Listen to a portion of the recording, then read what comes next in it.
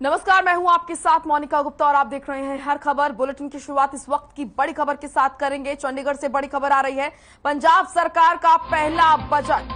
वित्त मंत्री हरपाल चीमा ने पेश किया अनुमानित बजट। 1,55,860 करोड़ का ये बजट है जो पेश किया गया। पिछली बार से 14% बजट बढ़ाया गया। हमने 1 MLA 1 पेंशन की शुरुआत की, ये कहा वित्त मंत्री ने। बड़ी खबर इस वक्त की आपके सामने पंजाब से।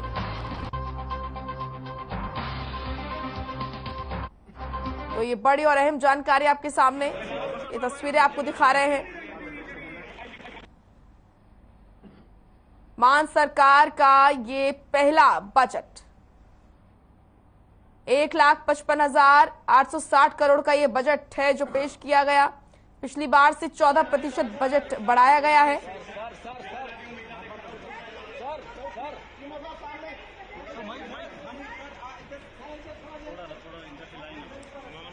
चंडीगढ़ से ब्यूरो हेड स्वर्णजीत सिंह बावा हमारे साथ जुड़ चुके हैं। स्वर्णजीत, किस तरीके से क्या कुछ अपडेट मिल रहा है? मान सरकार का ये पहला बजट है, किस तरीके से अलग और खास ये बजट?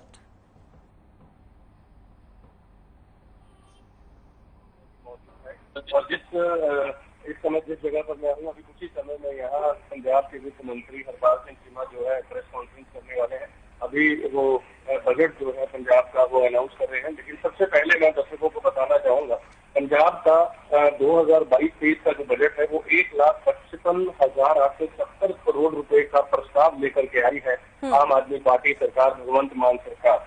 और जो कि 2021-22 की तुलना में 23% वृद्धि की गई है। और छठे वेतन आयोग के कारण जो है 2022-23 का कुल जो बजट है वो छठे वेतन आयोग के कारण 14% बेसिक से बढ़ाया गया है। और 2021-22 की बात करें तो उसमें 23% जो है 30% जो है वृद्धि की गई है। मौलिका बिल्कुल। और इस बजट से, क्योंकि मान सरकार का पहला बजट है, इस तरीके से बहुत शानदार जीत जो है जनता ने मान सरकार को दिलाई है। तो ऐसे में यहाँ पर जनता की काफी उम्मीदें मान सरकार से है। तो उन उम्मीदों को अगर हम देखें तो किस तरीके से मान सरकार जो है वो पूरा करती हुई नजर आ रही है इस बजट के जरिए? देखिए ये मोनिका जो बजट है, सबसे पहले मैं बताना चाहूंगा कि बीते कल तो सिमरनजीत सिंह मान ने संगरूर उपचुनाव में जीत दर्ज की है। वहीं उसके कारण आदमी पार्टी का ये लोगों को ज्यादा हित नहीं होने वाला। मुझे तो लगता है कि शायद वो फैसला किया गया हो, क्योंकि 2 बार से लगातार लोकसभा थे भगवंत सिंह मान और उनके मुख्यमंत्री बनने के बाद उन्हें लोकसभा का टिकट दिया गया, जो कि लगभग 8,000 वोटों से सिमरनजीत सिंह मान, जो कि श्रोमणी अकाली दल अमृतसर के अध्यक्ष हैं, उनसे हार गए। तो ये भी कारण है कि इस समय आम आदमी पार्टी की कानून व्यवस्था जिस प्रकार से चरमरा रही है पंजाब में, उसे देखते हुए लोगों के मन में काफी ज्यादा रोष है। और यही कारण है कि इस समय बजट में पंजाब के लोगों को कहीं ना कहीं उन्हें शांत करने के लिए, उन्हें अपनी तरफ आकर्षित करने के लिए भी ये बजट को मैं कह सकता हूँ कि इसमें जो प्रतिशत है उसे बढ़ाया गया है। तो कहीं ना कहीं मोनिका, इस समय अगर हम बात की जाए तो यहाँ पर पंजाब के वित्त मंत्री ने अपने बजट भाषण में कहा कि 66,440 करोड़ रुपए खर्च करने का जो उन्होंने वादा किया। देखिए 1,55,870 करोड़ रुपए का कुल बजट है, जिनमें से फिक्स एक्सपेंडिचर भी है जो कि राज्य के जो खर्च होते हैं। उसके अलावा भी 66,440 करोड़ रुपए जो है वो एक साल में इन्होंने खर्च करने का जो कि वायदा किया है। और अगर मैं बात करूं स्वास्थ्य में, तो स्वास्थ्य में 123 करोड़ रुपए इस समय जो माफी चाहूंगा शिक्षा में 123 करोड़ रुपए जो कि लगाने का आवंटित अभी तक कर दिए गए। और उसमें भी शिक्षा को और ज्यादा स्तर जो है बढ़ाए। तो यही कारण है कि इस समय बजट जो है मोनिका पंजाब का देखने में तो बहुत लुभावना लग रहा है। पंजाब के लोग इसे कैसे लेते हैं वो भी देखने वाली बात है। बिल्कुल स्वर्णजीत, आप हमें प्रतिक्रिया भी बताइएगा जब प्रतिक्रिया जनता की आएगी। फिलहाल क्योंकि दिल्ली मॉडल को लगातार कहा जाता है, बीच में लाया जाता है, दिल्ली मॉडल के नाम पर ही मान सरकार ने जो है वोट लिया था जनता से। ऐसे में फ्री बिजली की बात कही गई है जुलाई से, उसको कैसे देखा जा रहा है? देखिए मोनिका, इस समय कहीं ना कहीं पेट फंसा जरूर है। देखिए हरपाल सिंह चीमा ने ये बात कही जरूर कि 1 जुलाई से हम बिजली जो है वो 300 यूनिट फ्री करने वाले हैं, लेकिन उन्होंने कहीं ना कहीं देखिए पहले अब आपको याद होगा कि बिजली मंत्री ने एक अपना उन्होंने एक जारी किया था कि जो 300 यूनिट है वो उन्हें दिए जाएंगे जिनके पास 1 kV का मीटर होगा। तो पहले ये कहा गया था जब चुनाव होने से तो ये कहा गया था कि पूरे पंजाब के लोगों को 300 यूनिट बिजली मुफ्त मुहैया करवाई जाएगी, और आज बजट में भी कहा गया कि 1 जुलाई से 300 यूनिट बिजली जो है वो मुफ्त दी जाएगी, लेकिन वहां पर भी कैटेगराइज किया गया अमेरिका। तो हम उसे पंजाब के लोग कैसे लेते हैं, क्योंकि चुनाव से पहले वायदे कुछ और थे और जैसे जैसे सीटें जीत कर रहे हैं और सरकार बन गई उसमें मॉडिफिकेशन जो है वो होता चला गया। अब एक्चुअलिटी में एग्जीक्यूट क्या होता है वो आने वाली 1 जुलाई को पता चल पाएगा, लेकिन बजट में तो ये कहा गया है कि 1 जुलाई से बिजली 300 यूनिट फ्री दी जाएगी। पंजाब में टैक्स इंटेलिजेंस यूनिट बनाएगी सरकार, ये इसके पीछे क्या मकसद है? टैक्स इंटेलिजेंस जो है इसको लेकर क्या आखिर जनता को इसका फायदा होगा स्वर्णजीत, या फिर सिर्फ और सिर्फ ये कहने वाली बातें हैं? क्या वाकई इन तमाम चीजों का फायदा मिलने वाला है जनता को? देखिए मोनिका, देखिए आपको याद होगा, देखिए पहले भी 4 अप्रैल को आम आदमी पार्टी और खासतौर पर मैं कहूँगा भगवंत सिंह मान मुख्यमंत्री ने कानून व्यवस्था को दुरुस्त करने के लिए एंटी गैंगस्टर टास्क फोर्स का गठन किया था, और आज ये बात की गई है कि हम टैक्स जो चोरी हो रहा है पंजाब में और उसके लिए भी एक कहीं ना कहीं टास्क फोर्स एक तरह से मैं कहूँगा उसका निर्माण कर रहे हैं। तो ये देखने वाली बात होगी कि आने वाले समय में, क्योंकि देखिए रेवेन्यू का बहुत बड़ा घोटाला जो है कई जगह से, देखिए बहुत ज्यादा खबरें जो है पिछले 2-3 महीने से सामने आ रही है। अगर मैं बात करूँ उनका, हम इस समय चंडीगढ़ में मौजूद है, विधानसभा में मौजूद है, यहीं से कुछ दूरी पर जीरकपुर पड़ता है, जो कि सबसे बड़ा रेवेन्यू जो है, अगर पंजाब की बात की जाए सबसे बड़ा नगर कौंसिल जो है जीरकपुर को माना जाता है। पंजाब के मैं ये कहूँगा नंबर 1 पे आता है, क्योंकि मिनी सिंगापुर कहा जाता है उनसे। तो कहीं ना कहीं वहां से भी बहुत बड़ा रेवेन्यू जो है वहां से जनरेट होता है। तो यही कारण है कि टैक्स की चोरी ना हो पाए, क्योंकि हरपाल सिंह चीमा ने जब बजट रखा था पटल पर तो उन्होंने सबसे पहले यही बात शुरू की थी कि भ्रष्टाचार मुक्त जो है हम पंजाब देने की वायदा जो है पंजाब के लोगों से किया है। तो इस साल जो बजट है वो लोगों के बीच में जाकर के बनाया गया है, एक ही कमरों में नहीं बनाया गया। तो यही कारण है कि टैक्स की चोरी को भी रोकने का जो रणनीति है हरपाल सिंह चीमा द्वारा, ये पंजाब के लोगों को बजट के माध्यम से बताया है।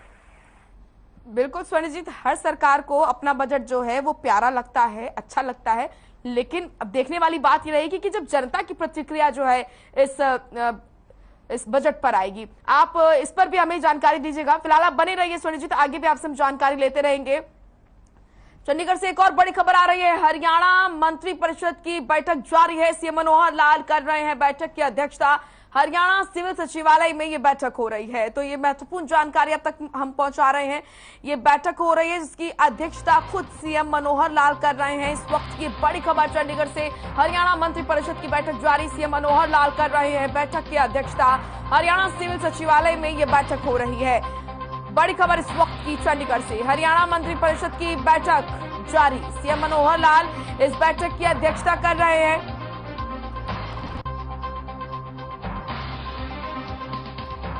महत्वपूर्ण ये बैठक मानी जा रही है, हरियाणा सिविल सचिवालय में हो रही है ये बैठक। तस्वीरें आपको दिखा रहे हैं उस दौरान की तस्वीरें जब सीएम मनोहर लाल बैठक की अध्यक्षता कर रहे। स्वर्णजीत सिंह बाबा हमारे साथ लाइव जुड़े हुए हैं लगातार।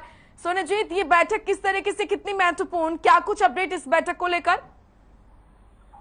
देखिए मोनिका, अभी तक कुछ खास मैं कहूँगा कि क्या अपडेशन है वो पूर्ण रूप से किसी समय में आ जाएगा, लेकिन हाँ चुनाव को लेकर के जैसे कि हमने पहले भी बताया कि निकाय चुनाव में बहुत बड़ी जीत जो है भारतीय जनता पार्टी ने दर्ज की है, और अभी सरपंच और पंच के चुनाव हो गए, उसे लेकर के रणनीति बनाई जा रही है कि भारतीय जनता पार्टी कितने सीटों पर अपने प्रत्याशी उतारेगी, जनता पार्टी कितने सीटों पर उतारेगी। और दूसरी बात जो कि बहुत महत्वपूर्ण है, क्योंकि अग्निपथ को लेकर के पूरे देश में जो माहौल बनता धीरे धीरे बनता चला जा रहा है कि कहीं हरियाणा में भी ऐसा कुछ देखने को न मिले, उसे लेकर भी चिंता जो है मनोहर लाल खट्टर ने दिखाई है। और सबसे महत्वपूर्ण बात 2024 को लेकर के जो अभी से बैठकों का दौर है मोनिका, वो शुरू हो चुका है, क्योंकि मनोहर लाल खट्टर ने हर खबर पर भी ये कहा था कि अब आने वाला समय जो है वो हरियाणा में खासतौर पर चुनाव का त्योहार है। अब लगातार 1.5 वर्ष जो है चुनाव होंगे, अभी आने वाले समय में उन्होंने कहा 5 सितंबर से चुनाव हो, जैसे वो होंगे तो समय का माहौल बनता चला जाएगा। जो कुछ एक जिले बचे हैं जहाँ पर निकाय चुनाव होंगे और उसके बाद विधानसभा की तैयारियां हो जाएंगी, लोकसभा की तैयारियां हो जाएंगी। तो कहीं ना कहीं मनोहर लाल खट्टर एक कैबिनेट मंत्रियों के साथ मिलकर जो उन्होंने वायदे किए थे 2019 विधानसभा चुनाव में, उनमें उस मैनिफेस्टो में कौन कौन से वायदे पूरे हुए, कौन कौन से रह गए और कहाँ कहाँ जो है विकास कार्यों की भी अनदेखी की गई है, उसे भी अभी देखना है मोनिका। बिल्कुल स्वर्णजीत, क्योंकि अब समय आ गया है कि जांचा जाए, परखा जाए कि जो तमाम वायदे किए गए थे जनता से वो पूरे हुए हैं या नहीं, क्योंकि लगातार हम देख रहे हैं जैसे जैसे जीत, देखिए चुनाव दर चुनाव जो भी पार्टी होती है अगर जीतती है तो उसका उत्साह तो बढ़ता है, साथ ही साथ जिम्मेदारियां भी उसकी बढ़ती है। तो हम देख रहे हैं चाहे वो राज्यसभा चुनाव हो, चाहे वो निकाय चुनाव हो, बीजेपी अच्छा प्रदर्शन करती हुई नजर आ रही है और इसीलिए जरूरी हो जाता है कि वो आकलन भी करे अभी तक जनता से किए गए वायदे जो है वो कितने अधूरे रह गए हैं। तो क्या इसीलिए इस तरह की बैठकें लगातार हो रही हैं, क्योंकि आगामी चुनाव को लेकर रणनीति की खासकर की तारीफ की जाती है। बीजेपी जो भी रणनीति बनाती है उसमें सफल जरूर होती है,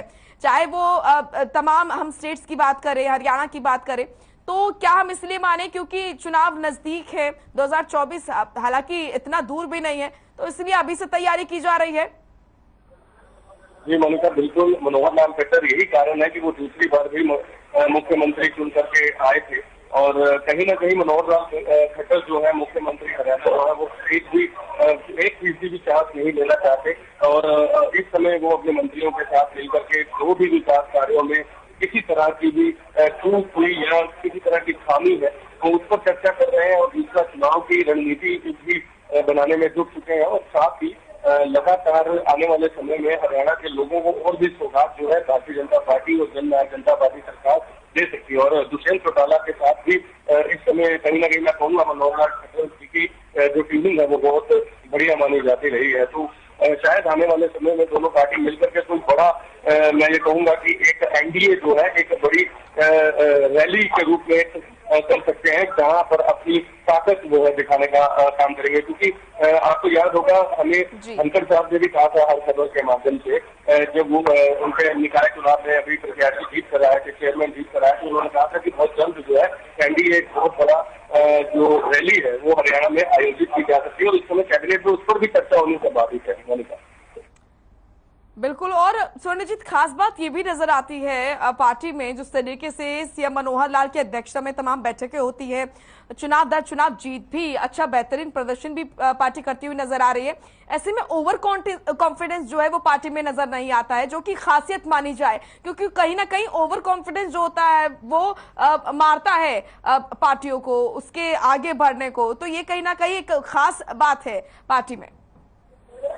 बिल्कुल मोनिका, देखिए कोई भी देखिए आत्मविश्वास होना जरूरी है, लेकिन बहुत ज्यादा आत्मविश्वास जिसे हम ओवर कॉन्फिडेंस कहते थे वो कहीं ना कहीं हर एक कार्य को ले डूबता है। तो यही कारण है मनोहर लाल खट्टर अपने हर मंत्री के साथ समीकरण बिठा करके रखते हैं और साथ ही अपने विधायकों के साथ भी टच में रहते हैं। और अभी हाल ही में मनोहर लाल खट्टर ने कुछ विधायकों के साथ बैठक भी की थी, लगभग जिलों में कौन कौन से विकास कार्यों की पूर्ति हुई है, कौन कौन से विकास कार्यों की अनदेखी हुई है, उस पर भी कहीं ना कहीं मोनिका जो है वो चर्चा हुई है। और यही कारण है कि जो एक मुख्यमंत्री का काम हो जाता है कि अपने हर जिले के विधायक के साथ वो एक ऐसा समीकरण बिठा के रखें कि विधायक को भी मतलब बार बार ये देखना ना पड़े कि उसकी अनदेखी हो रही है। तो यही कारण है और इसी चीज के लिए मनोहर लाल खट्टर जो है वो जाने जाते हैं और हर विधायक को मैं ये कहूंगा कि उनके साथ तो चलना उनकी एक तरह से ड्यूटी भी है, लेकिन खट्टर साहब की एक तरह की खासियत भी है। चलिए, शुक्रिया आपका स्वर्णजीत तमाम महत्वपूर्ण जानकारी देने के लिए, अपडेट हम तक पहुंचाने के लिए। अब रुक करेंगे अगली खबर चरखी दादरी से, जहां आगामी 8 जुलाई को नई अनाज मंडी में विकास रैली का आयोजन किया जाएगा, जिसमें सीएम मनोहर लाल समेत कई मंत्री और विधायक रैली को संबोधित करेंगे। विधायक सोमवीर सांगवान ने अपने कार्यालय पर प्रेस कॉन्फ्रेंस में जानकारी देते हुए बताया कि दादरी में 8 जुलाई को होने वाली रैली एक ऐतिहासिक रैली होगी। वहीं रैली के दौरान सीएम मनोहर लाल दादरी जिले को करोड़ों की विकास परियोजनाओं की सौगात देंगे, साथ ही जिले के लिए कई घोषणाएं करेंगे। इस बीच सुखविंदर सिंह मांझी ने अपील करते हुए कहा कि 8 जुलाई को होने वाली रैली में ज्यादा से ज्यादा लोग पहुंचे। तमाम सहयोग से मुख्य तौर पे यहाँ एक समस्या है तारीख को, जैसा प्रधान सोमवीर सांगवानी जी जो हमारे माननीय विधायक हैं चरखी दादरी से, इन्होंने पूरी बात बताई है कि माननीय मुख्यमंत्री जी हरियाणा प्रदेश मनोहर लाल जी चरखी दादरी पहुँचेंगे और इस अवसर पर एक विशाल रैली का आयोजन किया जाएगा। चरखी दादरी और बारडा ये 2 विधानसभाओं का ये जिला है। बेशक से हमारा जिला छोटा हो, लेकिन अन्य जिलों के तुलना अगर आप करके देखेंगे तो इस रैली को अन्य जिलों के मुकाबले जो रैलियां हुई हैं उनसे बेहतर रैली, उनसे ज़्यादा बड़ी रैली ये साबित होगी। निश्चित तौर पे माननीय मुख्यमंत्री जी जब भी चरखी दादरी जिले में आए हैं, ऐसे 8 तारीख को सुबह 10 बजे दादरी की नई नाज मंडी में एक बहुत बड़ी विकास रैली होने जा रही है। उसमें माननीय मनोहर लाल जी मुख्य रूप से मुख्य अतिथि के रूप में पधार रहे हैं। इस रैली के संयोजक हम तीनों विधायक सुखविंदर मांडी, युवा प्रदेश अध्यक्ष बहन बबीता फोगाट और मैं खुद तीनों इस रैली के संयोजक हैं। वहीं फतेहाबाद में पुलिस की ओर से 12 जून से चलाए जा रहे नशे से मुक्ति अभियान का समापन समारोह हुआ। इस दौरान नशे के खिलाफ जागरूकता को लेकर शहर में एक साइकिल रैली निकाली गई, जिसे एसपी ने हरी झंडी दिखाकर रवाना किया। इस रैली में पुलिस कर्मचारियों के अलावा काफी संख्या में युवाओं और सामाजिक संगठनों के सदस्यों ने हिस्सा लिया। ये रैली पपीहा पार्क से शुरू हुई और लघु सचिवालय पर इसका समापन हुआ। रैली के दौरान युवाओं ने शहरवासियों को नशे से होने वाले दुष्प्रभावों के बारे में जानकारी दी और नशे से दूर रहने की अपील की। वहीं पुलिस अधीक्षक सुरेंद्र सिंह भोरिया ने कहा कि नशा केवल एक व्यक्ति को ही नहीं बल्कि वो पूरे परिवार को खत्म कर देता है। साथ ही कहा कि अगर युवाओं के परिजन उन्हें जागरूक करें तो ऐसे युवा न केवल नशे के दलदल से बाहर आ सकते हैं बल्कि देश के विकास में भी अपना योगदान दे सकते हैं। हमारे फतेहाबाद जिले के रेजिडेंट हैं और खास तौर से जो है नशे के विरुद्ध किए जाते हैं ताकि आम जनता को इसके बारे में जो है जागरूकता फैलाई जा सके। जितनी जनता इसके बारे में जागरूक होगी तभी इस विषय की गंभीरता को समझ सकते हैं और इस प्रॉब्लम से निदान पा सकते हैं। सर आज क्या कार्यक्रम है? आज अलग अलग जगह प्रोग्राम थे, जैसे कि साइकिल रैली है यहाँ, ऐसे ही भट्टू में सुबह एक साइकिल रैली थी, टोहाना में अलग अवेयरनेस प्रोग्राम था, रतिया में अलग है। पिछले 15 दिन में करीब 40 के आसपास अवेयरनेस प्रोग्राम फतेहाबाद पुलिस द्वारा। सोनीपत में वारदातों का सिलसिला बढ़ता ही जा रहा है। मामला जिले के मॉडल टाउन के नजदीक जैश पार्क क्षेत्र का है, जहां युवक चेन स्नेचिंग, पर्स और मोबाइल छीनने की वारदात को अंजाम देकर फरार हो जाता था, जिससे परेशान स्थानीय लोगों ने घेराबंदी करके युवक को काबू कर लिया, लेकिन युवक इन्हें चकमा देकर भागने में कामयाब रहा। इस बारे में आपको बता दें कि वहीं युवक अपनी स्कूटी मौके पर ही छोड़ गया। सूचना पर पहुंची पुलिस ने स्कूटी को कब्जे में लेकर तहकीकात शुरू की। इसी दौरान स्कूटी वापस लेने पहुंचे युवक को एक पीड़ित महिला ने पहचान लिया, जिसके बाद आरोपी ने अपना जुर्म कबूल लिया। फिलहाल पुलिस मामला दर्ज कर आगे की कार्रवाई में जुट गई है।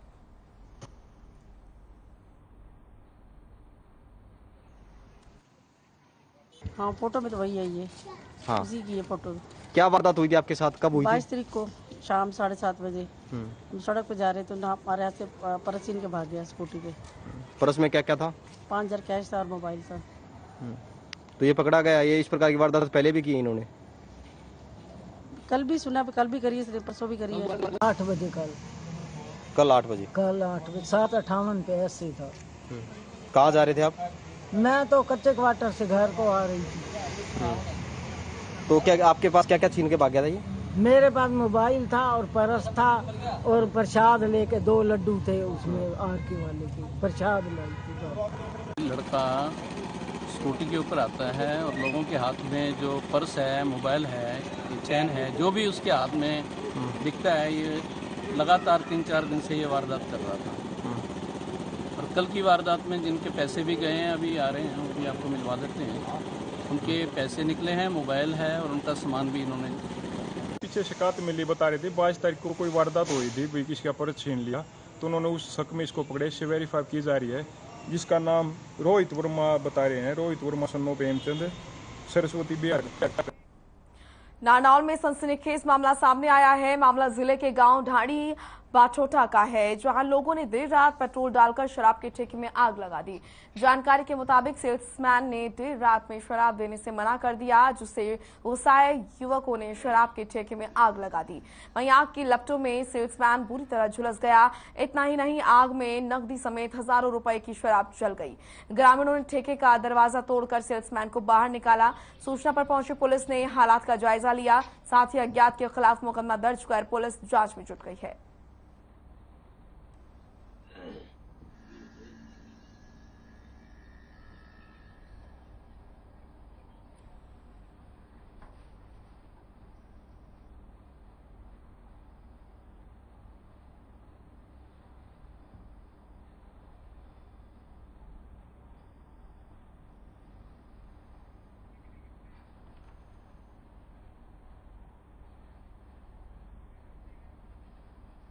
होडल में दर्दनाक हादसा हो गया। मामला जिले के गांव बुलवाना का है। आपको बता दें कि यहां पर चाचा भतीजे की कुएं में गिरने से मौत हो गई। वहीं सूचना पर पहुंची पुलिस ने शव को बरामद कर पोस्टमार्टम के लिए भेजा। लोगों की माने तो कुएं में जहरीली गैस की वजह से दोनों की मौत हो गई। फिलहाल पुलिस मामले की जांच पड़ताल में जुट गई है।